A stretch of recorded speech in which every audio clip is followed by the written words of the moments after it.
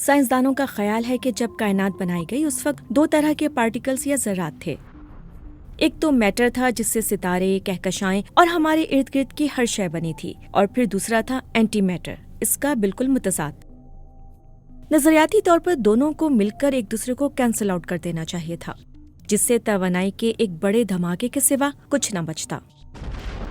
پھر بھی ہم یہاں ہیں۔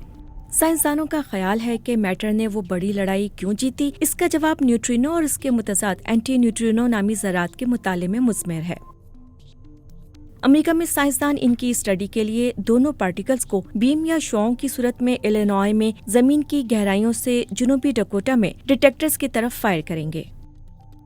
نیوٹرینو اور اینٹی نیوٹرینو تھوڑا سفر بھی کرتے ہیں تو ان میں تبدیلی آتی ہے۔ سائنسدان جاننا چاہتے ہیں کہ کیا ان کے تبدیل ہونے کے عمل میں کوئی فرق ہے؟ اگر انہیں کوئی فرق ملتا ہے تو یہ بڑی کامیابی ہوگی، اور وہ میٹر اور اینٹی میٹر کے درمیان اہم فرق جان پائیں گے، اور وہ انہیں یہ جاننے کے بہت قریب لے آئے گا کہ کائنات جیسی ہے ویسی کیوں ہے۔